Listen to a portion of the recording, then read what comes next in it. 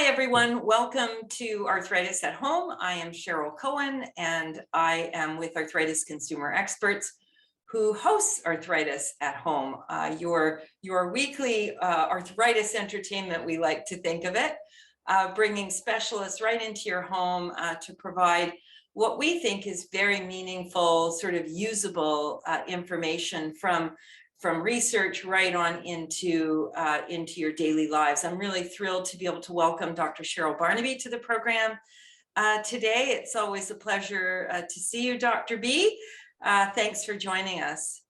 Thanks for having me again. You're a Métis rheumatologist with a graduate degree in clinical epidemiology, meaning you study what happens in the clinic in really huge populations at the population level. Dr. Barnabe is one of Canada's leading researchers focused on identifying and resolving health system care gaps for Indigenous patients. She is vice chair in the Department of Medicine, Indigenous Health.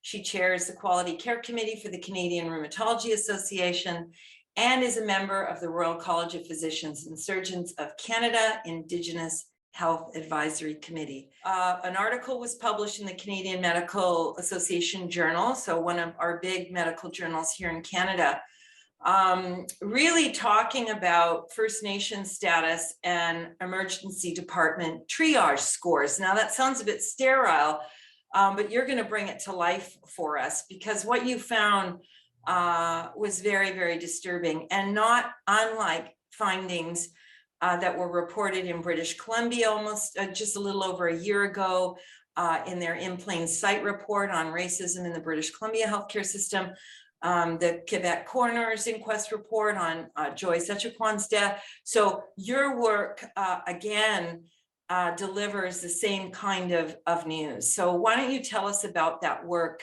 Dr. Barnabe, and its importance? Absolutely. So I've been lucky to work with the emergency medicine team in Alberta. I think it's going on about 4, maybe even 5 years by now. Mm-hmm. And we already went into this knowing that there was racism in the healthcare system, and in particular in emergency departments. But we're always up against people not believing that this is real. And so, you start to collect, there's stories like Brian Sinclair, like Joyce Echaquan, like so many other people who die in emergency departments or are treated poorly. And we always come up against, well, that's just a one-time, this isn't a problem that everybody faces. Of course, when we talk to Indigenous patients, and even when I work in my clinics, when people come to see me, all I hear is that they've been going to the emergency department for years for pain, and nobody has ever examined their joints. Nobody's ever done blood work. They're given opioids and sent home. And so we knew that this was like absolutely everywhere, but needed that big, large scale data to prove it. So we were able to get Alberta Health data for a pretty long period of time, 2012 to 2017. And what we did was to look at all the emergency department visits in Alberta, which was over 11 million individual visits. It's a big... Yeah, no kidding. That's a lot of paperwork. Yeah, and we looked, luckily in Alberta, we still have the ability to identify which patients are status First Nations. And then we have the rest of the population, which includes Métis people, which includes people who are non-status. So what we're reporting is actually probably an underestimate of the truth. Right. But we were able, in a couple papers ago, we wrote about how frequent the emergency department visits are, when do they happen, how often do people leave without being seen, how long do they stay in the department. But this particular work was to actually look at what is the acuity score that the triage nurse assigns to that patient, which ultimately decides how quickly they are seen in the emergency department. So for our audience, Dr. Barnabe, explain what an acuity score is. Yep, for sure. So for to try to standardize how quickly someone needs to be seen, there is a 5-point rating scale assigned to the presentation. So if you're a score 1, that means you're coming in as a resuscitation. So drowning, cardiac arrest, something like that. There's the emergent, so probably something like you've got a ruptured aortic aneurysm, and yet you're kind of still making it to the emergency department. 3 is categorized as urgent, 4 as less urgent, and 5 as non-urgent. Okay. And so we looked at all the visits and by First Nation status versus non-First Nation status, and looked at how frequently those scores are assigned to each population group. And so first we looked at just big, large categories of things like infections and trauma and all of that. And then we looked at very specific diagnoses that are a range of very objective, like you can't, there's not a lot of variation in what score gets Like assigned. a bone fracture. A bone fracture is a bone fracture. Yeah. That's right. That's exactly right. And we tried to take a range of these things, and the elders were the ones telling us which things to look at as well as a priority. So we looked at mental health presentations. We looked at spontaneous abortions, which is miscarriages. Yeah. We looked at long bone fractures. And really, like some of these things, you expect some variation. So maybe it makes sense that the scores are sometimes lower, but some things like a fracture, they're a fracture. Like you can't. It's an absolute outcome. Yeah. And systematically, over 11 million visits, First Nations people are significantly less likely to be triaged at a more higher priority score. So inherent bias, racism, I mean, these are things that the care team is bringing into the emergency room. And it actually manifests, those things manifests itself in the care, or in this case, the ranking for priority to be seen directly. I mean, this is a direct outcome of racism. That's right. So in the news, what was the reaction? I mean, we know what the public's reaction is. The public wants action. Obviously, Indigenous peoples have been crying out for action and demanding action for years and years. And now I think there are settlers and colonials like myself who are joining them. We are standing as hopefully good allies to make change happen. How was this news received within the healthcare system, within the emergency rooms in Alberta, Dr. Barnabe? The people that we work with are also wanting to make change, and that's why they've worked with us on these projects over time. And we've had a lot of requests for presentations, a lot of requests for reports, and people want to know what, like the leadership wants to know, okay, what do we do? How do we go about this? And that I'm worried that at like the individual level, that people may feel quite threatened.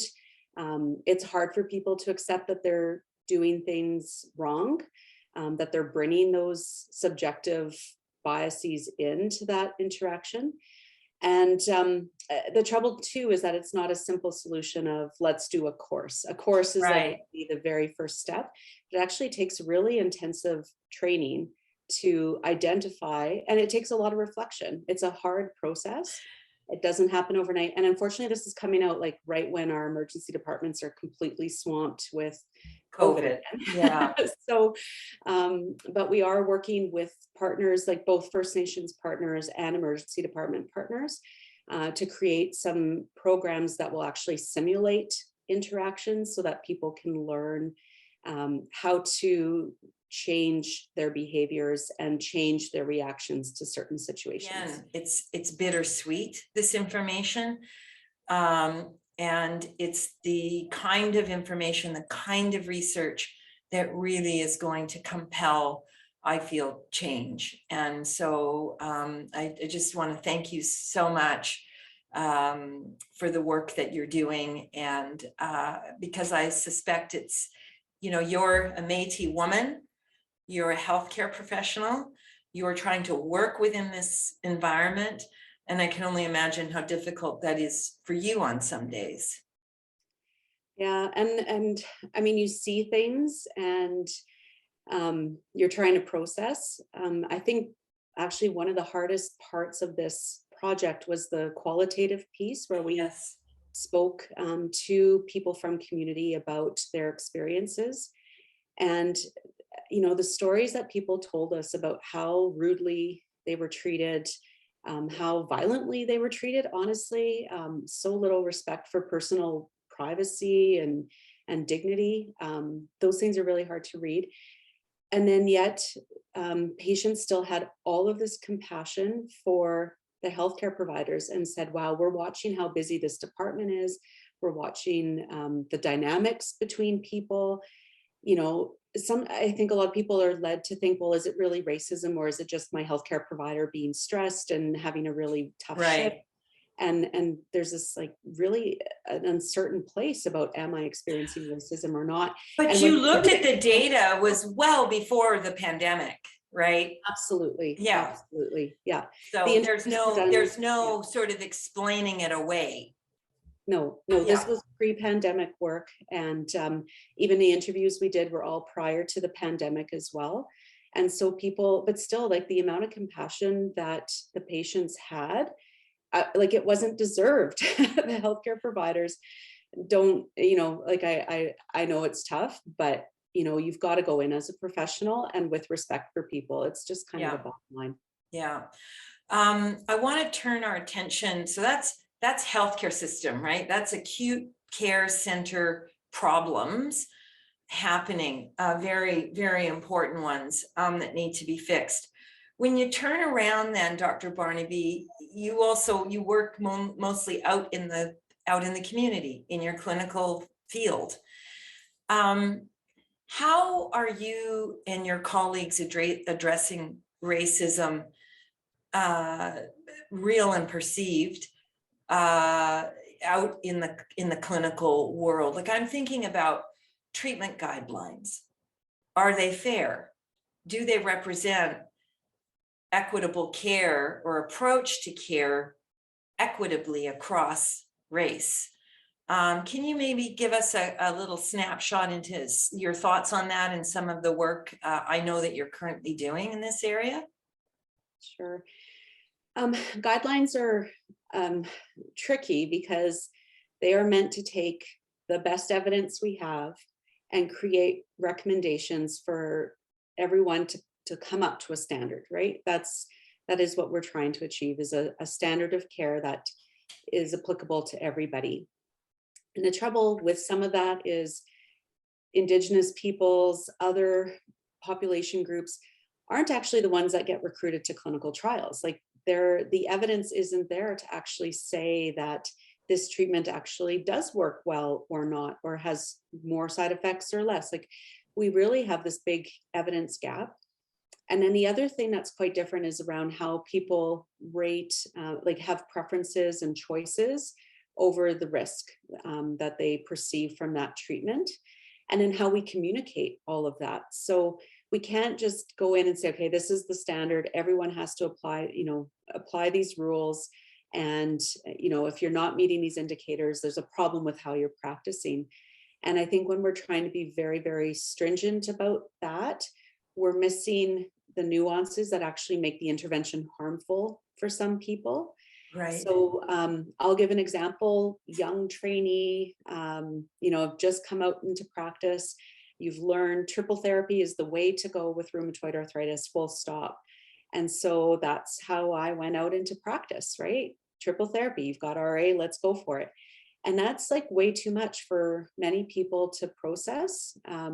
It's a lot of potential side effects. It's complex. There's other comorbidities that play into it. And so then when you try to do that, people will reject it because it's just too much. It's about how we approach putting into place some of these standards, and having it be a more shared agreement about how we move ahead, more frequent contact, better communication, and not just this, rapid fire, this is what you do, fall in line, or else don't come back. It's about working with somebody progressively to try to get to the treatment goals that they feel are most important for them. And it may not be our swollen joint count. It may be still function enough to make dinner for my family. It might be serving in community, playing roles that you're expected by your culture. Those might be more important than a perfectly pristine 0 joint count all the way through. And I think the other really important piece, Dr. Barnabe, that I know you're acutely aware of as an Indigenous woman working in community, in the Indigenous community, is this long-standing disrespect so far of traditional healing practices and beliefs, and how we need to consider those. It's actually call to action number 22 in the calls to action from the Truth and Reconciliation Report. How critically important it is for us as society to understand, and for healthcare professionals to understand what those traditional healing practices and beliefs and values are. Yeah. And there's nothing about the traditional healing practices that will interfere. Right. People feel like they have to choose, or they have to not reveal because they're afraid of stigmatization or being told that this is, ineffective. There's no way this stuff works. We don't have a trial behind it. We're talking about things that make the whole person feel better and feel supported and feel connected. And what is wrong with that? There's absolutely nothing wrong with that. Zero. Yeah. And there's great examples, like in the Northwest Territories, offering traditional foods to patients who are hospitalized instead of the white bread bologna sandwich that will come on your tray that was made 4 days ago, right? So amazing. I know you've got to run off and actually go see patients. I'm so thankful to you, Dr. Barnabe, for spending this time with us, sharing with us this really important work that you've done and reported on, not just in the journal, but in the People's Journal, which is the news.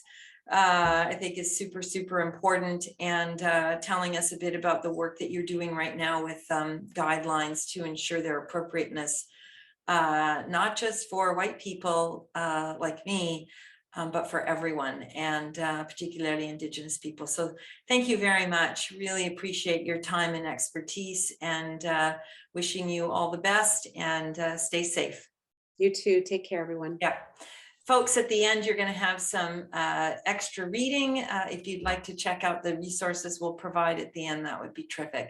Thanks for visiting. Come back again next week.